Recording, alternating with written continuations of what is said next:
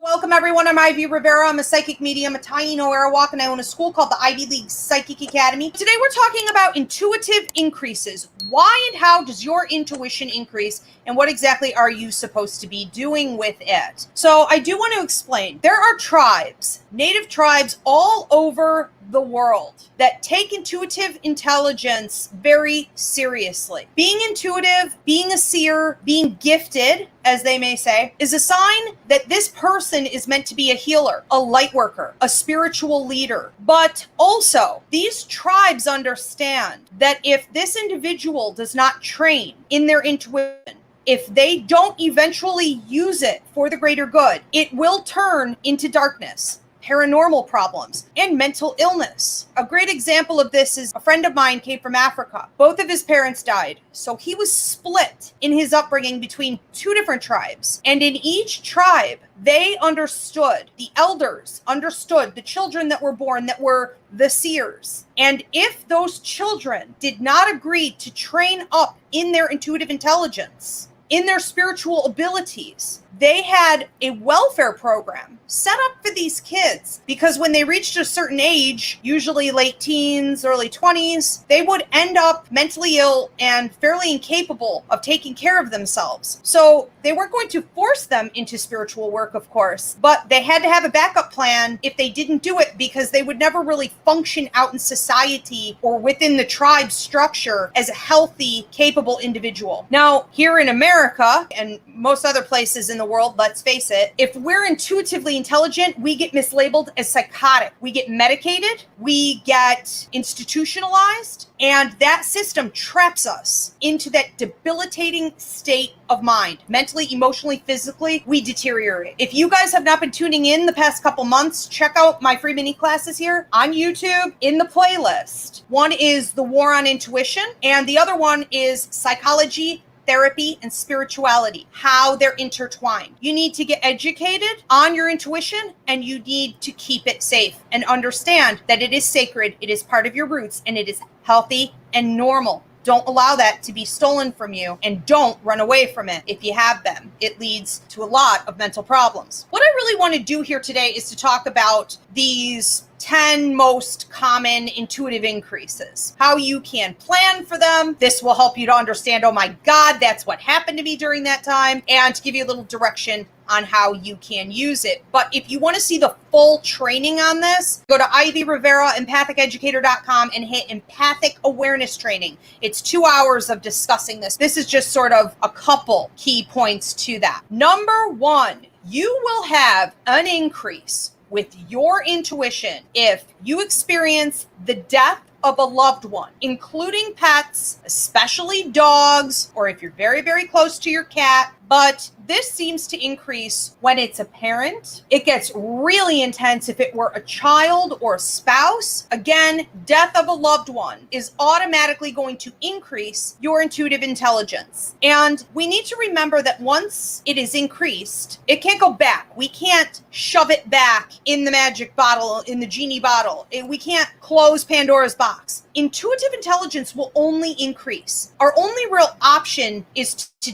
deal with it, to understand it, and to learn how to properly use it. So if you noticed after the funeral of a loved one, including a pet, that you were dreaming more vividly, you were having more prophecy about the future, maybe your house even felt like it took on some kind of paranormal activity, you became hypersensitive to lights and noise and other people's feelings, that was an increase with your intuitive intelligence. And it never stopped. You just probably adapted to it. I believe the purpose to this increase is to keep us connected with our loved ones. We aren't supposed to believe that life just ends and our spirits just dissolve and our souls cease to exist and we never see those people again. That's not at all what happens. And our body prepares us to communicate with these spirits once they pass on and cross over to the other side. It's never meant to stop. You guys want to learn more about that language? check out my class on here called Death Coaching. We want to embrace the new abilities that we have and to understand that they are there in part to continue on with the communication with our loved ones. Helps us bridge that gap. Number 2, your intuition is going to increase if you are threatened with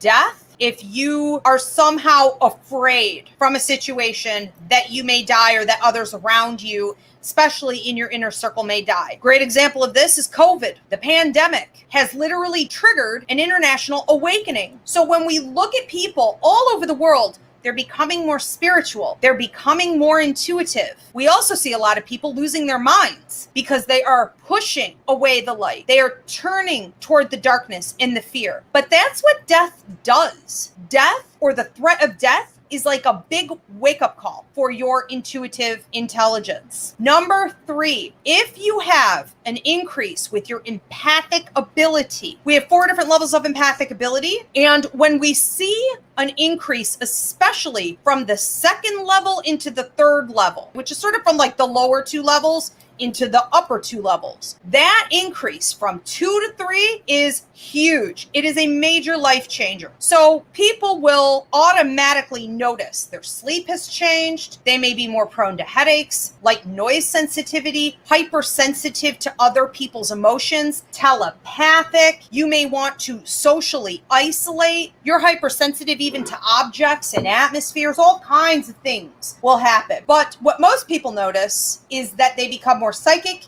mediumistic, and empathic, which means you can manipulate energy. So you have more healing ability and opportunity to manipulate groups of people or situations. So we want to remember, with an increase in empathic ability, that originally when research was done on empaths, they studied them because they thought they were psychics. They thought empathic ability was something a small portion of psychics had. So when people are out there spreading misinformation these days saying that's not connected, if you're an empath, that has nothing to do with psychic ability, it has nothing to do with mediumistic ability. It always has. Everyone knew this from the beginning of research. It absolutely is connected. You can't have an increase with empathic ability without an increase in psychic and mediumistic abilities. Again, check out the empathic awareness class. Number 4, pregnancy and childbirth. Ladies, if you thought that your postpartum depression, like never left, was just something that absolutely caused for you to change your life in a revolutionary way, it was something you never really came out of, you just kind of adapted to. If you felt that during your pregnancy, your ability to predict events, your prophecy, your wild, vivid dreams, your mediumistic abilities, your ability to communicate spirits from the other side was something that just sort of came along with your pregnancy, it wasn't. It was permanent. That is a permanent change that you will need to adapt to as you go forward. Now, here's the kicker. It doesn't just increase with the pregnancy. Once the baby's born, it increases again.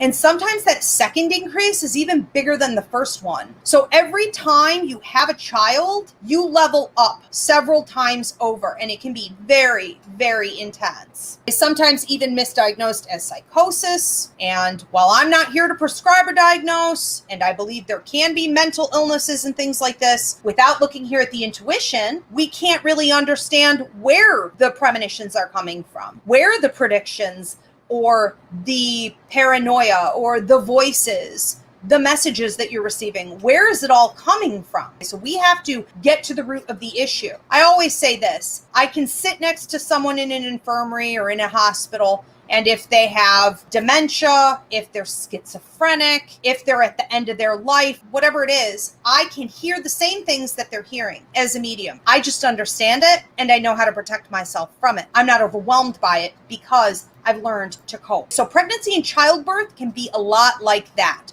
Overwhelming double floodgate of intuitive increase. Number 5, the Ultradian cycle is a time in every human being when they shift from the left to the right side of their brain. This happens involuntarily every hour and a half for 20 minutes. it will hold steady on the right side of your brain. They used to study this and think it was something people with schizophrenia had. They thought maybe it was something that people with severe bipolar disorder had. And nowadays we understand more about this cycle and that everybody has it. So when you're going through the Ultradian cycle, you should learn yours. You're going to have, of course, more vivid dreams if you're asleep. But if you're at work or you're driving, you're going to notice that your energy level changes. You become very relaxed. You shift into the intuitive right side of your brain. You may become more creative. We usually see a slowing of the heart rate.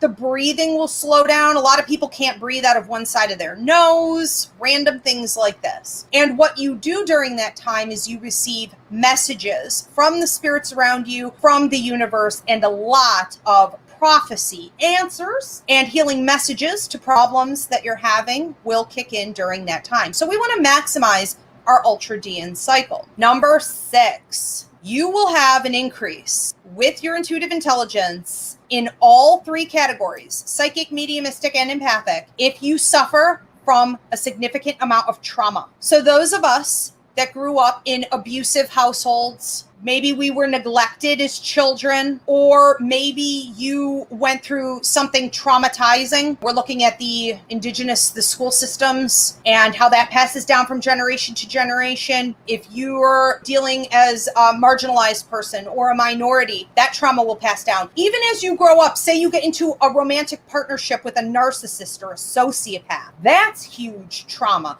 So we're talking about almost like relational trauma, okay, environmental trauma. It can also happen, I saw this a lot with COVID, when people suffered from job loss, financial distress, the threat of having their home taken away from them. We also saw intuitive intelligence increase because of that. So COVID was a huge trigger. But it can also happen from other things like hurricane, a tornado, a flood, fire, any kind of a disease or an illness, a car accident, trauma. Let's look at number 7. If you go under anesthesia or you have surgery, even something as simple as having a tooth removed, your wisdom teeth removed, or something like this, you can go under and come out a very, very different person. Now, a lot of people experience this change and get confused. They may think that they have a walk-in, which is where you're sort of switching out souls, and they can get very dramatic. Things that are more rare like that, they can mistake something like this for that, because your personality does change in an instant and it never goes back, and it's usually an increase with your abilities here. Now, let's look also at number 8, drug use or drinking. Now, a lot of people do this in a productive way. Maybe you go through some kind of tribal ceremony, or maybe you want to become woke, and so you try something like mushrooms, or people will use peyote to be able to reconnect with the ancestors and their spirit and their higher mind in the universe. There are productive ways, not that I'm promoting drug use, but there are productive ways to get involved with certain drugs that are safer, but most people aren't doing it that way. Most people are getting high to be high, and they're abusing the high, and they're in disharmony with the universe. Alcohol would be a great example of that. Yes, it feels great, but it is so toxic to your system that it's really just opening up doors to paranormal problems. So a lot of people will say,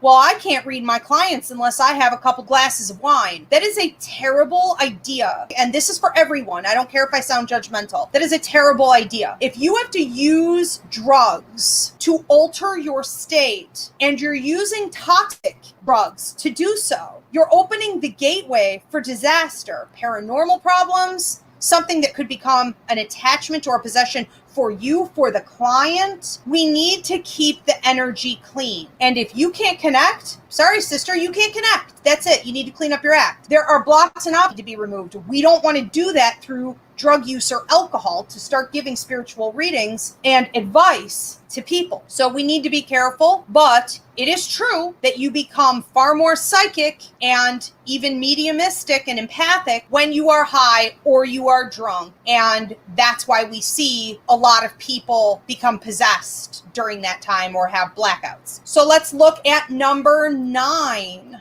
A near-death experience. I love this one. It is so bizarre to me. I'm always super fascinated to work with a client or a student who's had near-death experience. This can also happen for those of you that were born intuitive. When someone is born intuitive, often we saw the cord around the neck or that baby just almost didn't make it. So you're basically born into this world, a level 4 empath, super psychic, super mediumistic, and you never had a day in your life where you weren't like that. You do run the risk, if you have a child who went through this, or if you are an adult but this happened to you, you run the risk at about 5-6 years old getting misdiagnosed with things like ADD. And then it increases from there, bipolar disorder and another diagnoses after that. And it really could have just been this. We're not surrounded by enough people to teach us how to deal with the extreme intelligence after a near-death experience. But if you are one of these people, I would highly recommend you check out my psychic mediumship course. And number 10, I believe that we naturally increase every 5 to 6 years. I've watched patterns of people over the course of my entire life, and I've noticed that this theme seems to carry on with everyone. I would expect that if you can look back on the last time in your life where you had a major increase with your abilities, and it wasn't triggered by one of these other things, it just sort of came out of nowhere, that was probably your 5 to 6 year increase. You're going to want to add on another 5 to 6 years and be prepared for your next one. Right now, why do we have these? Well, for the same reason you outgrew your shoes when you were 4 years old. For the same reason you don't still want to be living in your mom's house. For the same reason we don't want to stay with the same career our entire lives. We maybe want to switch it up at some point. Growth. Okay, growth. Why does this happen? Because it's a natural part of the human process. We've just lost touch with our roots. So we believe it's bad or it's dangerous in some way. It's mental illness or it's of the devil. So we've been brainwashed. And we don't understand that it's part of our evolution and that mankind has become such a toxic cesspool collaboration because we're not abiding by the laws of the universe and our intuition anymore. So why does it happen?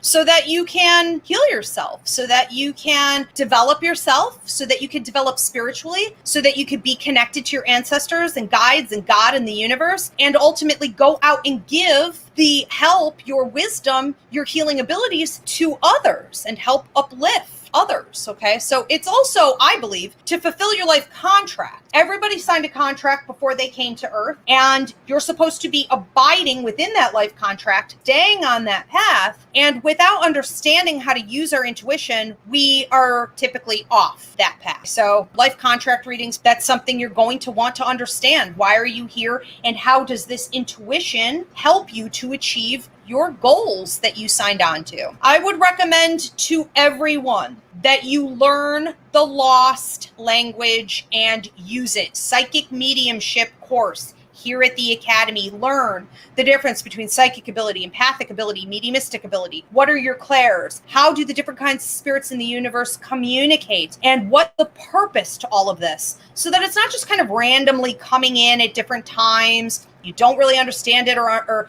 know what to do with it. We can piece it all together and put it to good use. So Crystal's boyfriend, who had a near-death experience as a child, probably doesn't even really know that he had that because he's lived his entire life from that other perspective, being spiritually in tune, intuitively connected. His parents may have noticed some difference with him if he was old enough during that time, but often parents also overlook the changes, or they think maybe it's something negative, a side effect. When we're born with something like that, or like the umbilical cord around your neck, or a lot of children today, and I believe this is why they're kind of leading the way in the future, we have a lot of preemies. And my situation, I had a lung problem. And so I almost was lost to the lung infection and a fever when I was an infant. And so I don't know that I was born this way, but shortly after, that quickly became my existence. And I think we all have a similar reality, and we're finally starting to come forward and find each other and understand that even if our tribal roots have been lost to genocide, or we're trying to recover our path or our roots and reconnect, or we just feel really disassociated from the rest of the world, like we live on an island, we don't understand human nature and why it's so toxic. We've been struggling for a long, long time. And I think that we're starting finally to come together and understand that in this intuitive intelligence, it is something that we're all born with, but some people have it to a heightened degree, and we're meant to lead the way in this healing process. And it's really exciting because we can all get in touch with this lost language and then